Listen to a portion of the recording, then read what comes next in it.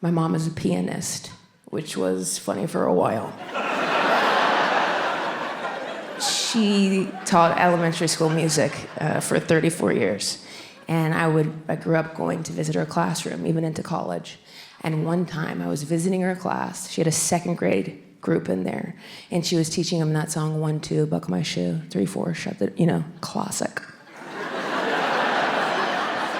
She has all the kids in a circle. Circles are huge in the music industry.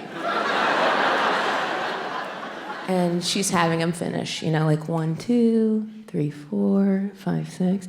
She gets to 9, 10, and she points to this little second grade boy. She says, 9, 10, and he goes, big fat asshole. I literally had to steady myself on the door frame. I was laughing so hard. My mom was like, Jonathan, you go sit by the door.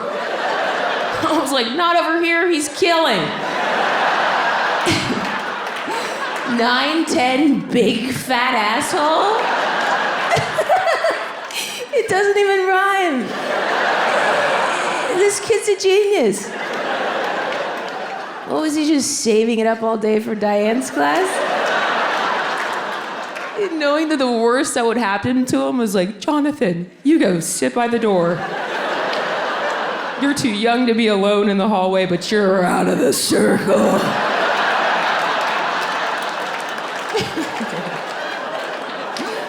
I don't even know how old second grade is. Nobody told me.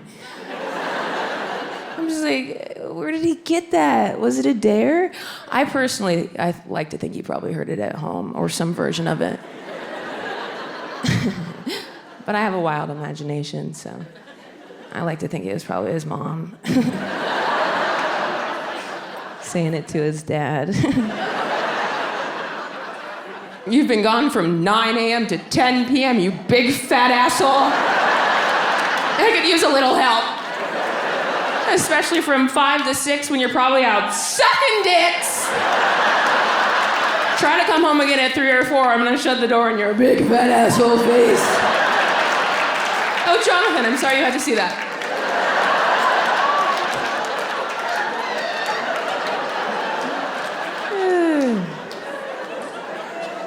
That is his real name. I've left it his real name in case he needs to find me. I want to know the truth. He should be making his way onto the stand-up scene any day now, and I'll ask him myself. She also did the high school chorus, and that was after school, so I would go over there so I wouldn't have to have a babysitter.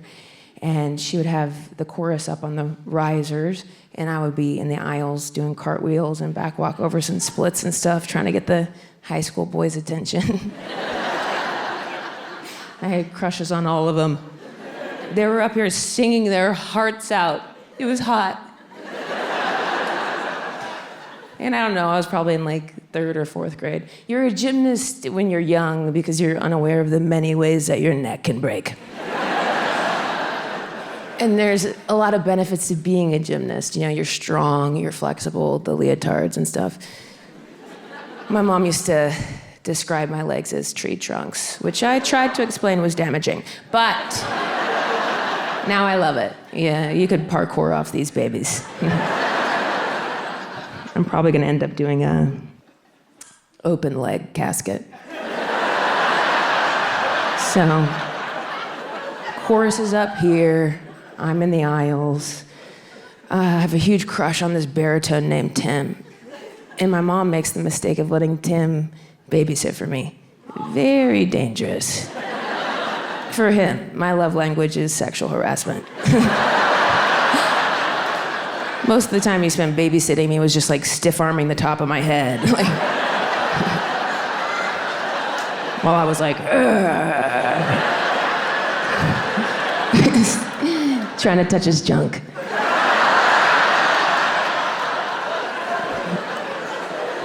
We were an all-female household. I had curiosities. But Tim was very good to me. He took me to the gas station to get candy. He got me a stuffed elephant one year for my birthday. Point is, good guy. And then that could have been his laugh. Recently, I actually ran into Tim at the grocery store at Dorothy Lane Market. Some fans of the Killer Brownie. So Tim and I were catching up, and he's like, B, oh my gosh, it's been ages. And we were talking and chatting, and he was like, oh my gosh, I'm so happy for everything that you're up to. And then Tim asked me out on a date. Thank you. And I just looked at him and I said, if you didn't want me then.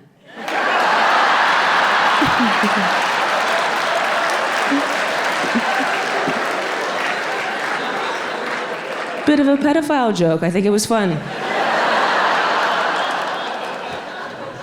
You have to be careful with pedophilia because you can catch it just by touching a kid.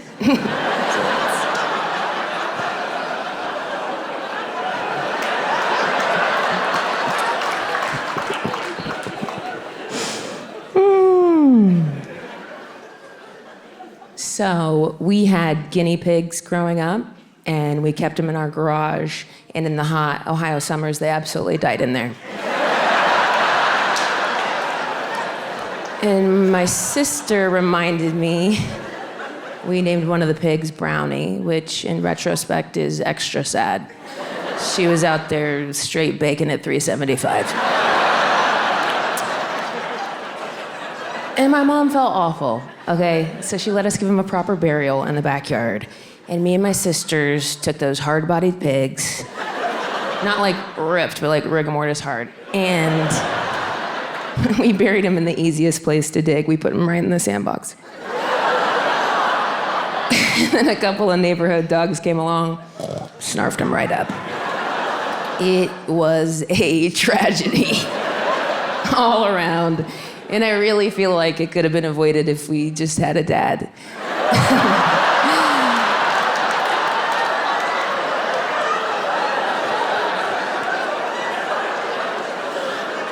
I don't know what dads do, but I assume it's regulate the garage temp. They're always in there, tinkering around, planning their escape. No, my dad didn't escape as much as he was asked to leave. Escorted off the premises.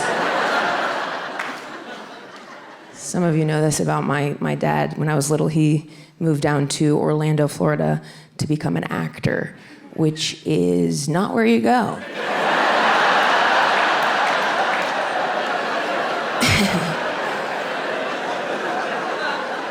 He did land a few gigs.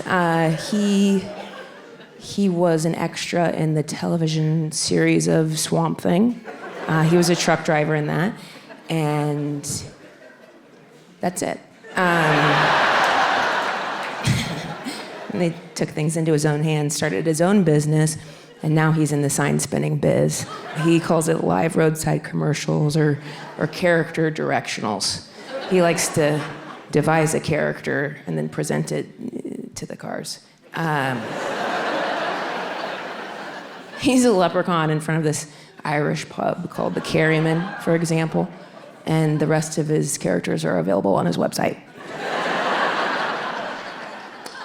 So we grew up, around a lot of costumes, like thrifting and going to Ray's Circus of Value and stuff. For example, like he loves a morph suit. You know what those are? It's like what Olympic speed skaters wear, but there's like no hole cut for your face. So you're just like in a single Lycra suit, just one color, head to toe, no skin showing. He wears an orange one in front of the Orange Julius. I don't know how the silhouette of my dad's penis sells smoothies, but that was a bit of a tongue twister, and I really got through it. Silhouette of my dad's penis sells smoothies. He heard me say that, and he was like, I wear shorts over it. I'm family friendly. Okay. It doesn't rain that often in Orlando, and he called me one time after a shift. He said there was a sudden downpour, and I almost waterboarded myself. I was like, I couldn't breathe. It was stuck to my face. My fingers are covered. The zipper's on the back of my head. I nearly died. I was like, I had to get into the car. I was so embarrassed. I was like, it's only embarrassing when it's wet? Or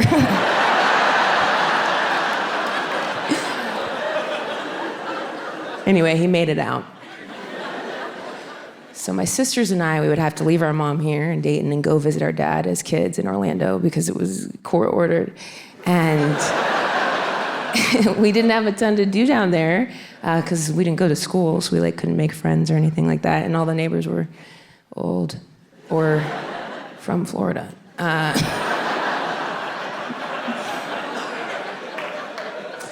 So we did a lot of playing in the costumes, and there were a ton of them. The garage was wall to wall filled with costumes. Sometimes we would find strangers in there because they thought it was a garage sale. So one night, it was actually just me and my oldest sister, Megan. We're playing in the costumes, doing a photo shoot. I put on this muscle tee, you know what I mean? It's like a muscle tee, but then there's huge latex muscles that you put your arms through, and then a brown curly wig. And it just wasn't working for me. I was like, what's my motivation? So then Megan put on this gray pinstripe suit, a Dick Tracy hat, and some wingtip shoes. And it was really working for her. She was feeling herself. And so I decided to go with something fresh, unopened. I went and put on this full red lace bodysuit. And then we whipped up the tunes. We were dancing around. Megan's 6 years older than me. We're dancing. I do a high kick, and Megan goes, "Oh my God, Beth, there's a hole in the crotch of that." I was like, "Cool. So you can pee?" She was like, "Yeah, take it off right now." So I was just a sixth grader in a sex suit. Then, this is when my dad comes in. I believe we were told to be quiet. And he pokes his head and he's like, "Girls, get out here. You're gonna wanna see this." And we were like, "Do we? Wanna see what's in your backyard at midnight in Orlando, Florida?" What we didn't expect to see were just 18 raccoons eating out of a huge trough of dog food that he provided them. He goes, "I threw in some Hershey Kisses. Even raccoons deserve dessert." I was like, that I agree with, honestly. Everybody deserves dessert. Otherwise, this is disgusting. He said, "Don't worry, B, every night after they're done eating, I bleach the deck." What? You're telling me you've created for yourself a 12 a.m. to 2 a.m. unpaid raccoon internship? Take back your life, man. As you can imagine, over the years, the numbers skyrocketed exponentially. He was helping rodents flourish in the back. He told me recently they're actually mammals from the weasel family. Well, I thought the highest the number got was 73, but he FaceTimed me a couple weeks ago. I didn't pick up, and if I don't pick up, he'll text right away. He's like, "Beth, this is your dad." So our whole text thread is just like, "Beth, this is your dad. Beth, this is your dad. Beth, this is your dad." Which seems weird, but he's right. I never save his number, so it's good. But he told me that the highest it actually got was 91 raccoons. But back when it was still in the 40s,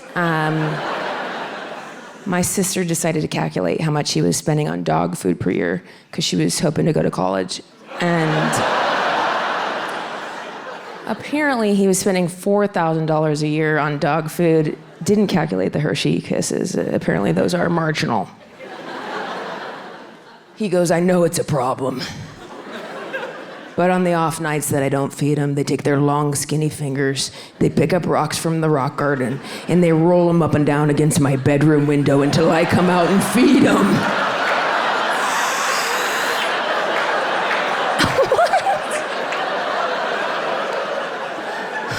Call an exterminator immediately. But I just didn't think about what that phone call would be like for him. Just like, "Yeah, we got a little bit of a raccoon problem on our hands." "How many?" "Exactly 91. Do you need their names or no? Okay. How did it happen? Whew, my goodness. I gotta tell you, direct result of my actions. So it's like far too expensive to exterminate. So, and plus that would be a literal genocide. 91 raccoon carcasses, that's like up to here. So he decides to go with trapping and releasing into the wild. He bought 2 traps, but they were expensive. So he made one of his own, which I imagine was just like a piece of fruit in his mouth and his open arms. Like,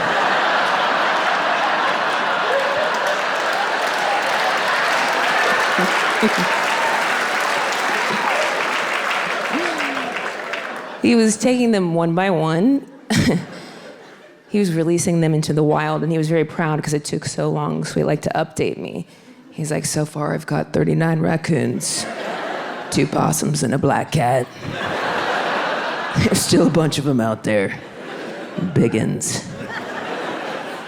So he was taking him in his car. He drives a Geo, which is essentially a roller skate. And he was putting a blanket over the cage. I was like, so they can't find their way back? Or he's like, I didn't want him to get rattled. He's like, but still, they poke their fingers through the blanket and they sound like Halloween. I don't know if I've painted a good picture of my father thus far, but this is the same man who visited me in Chicago once when I was living there, and he described riding the L train like Jurassic Park. So I have no clue what he's talking about when he says they sound like Halloween. Whether it's like, wee, wee, wee, wee, like one of those ghosts you walk by at CVS, it's like,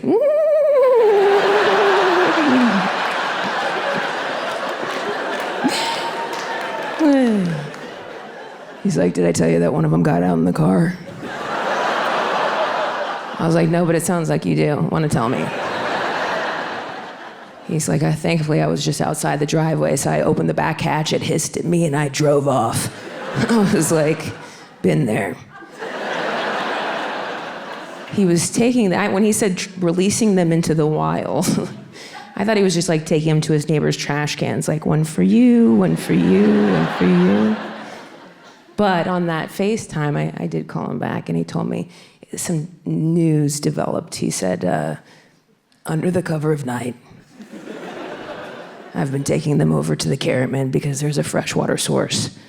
Now, if you recall, the Carryman is where my dad is a leprechaun in front of, so he just increased his job description to like, get in here for the lunch deals and don't look at all these raccoons I dropped off.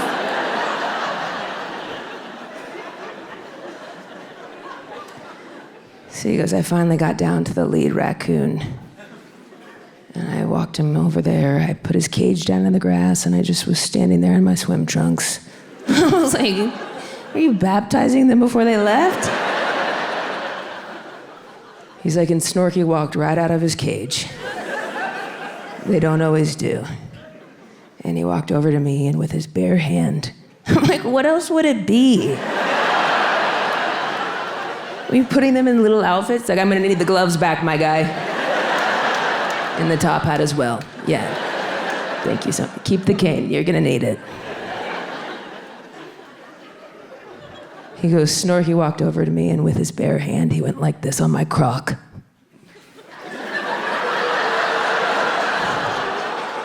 As if to say thank you.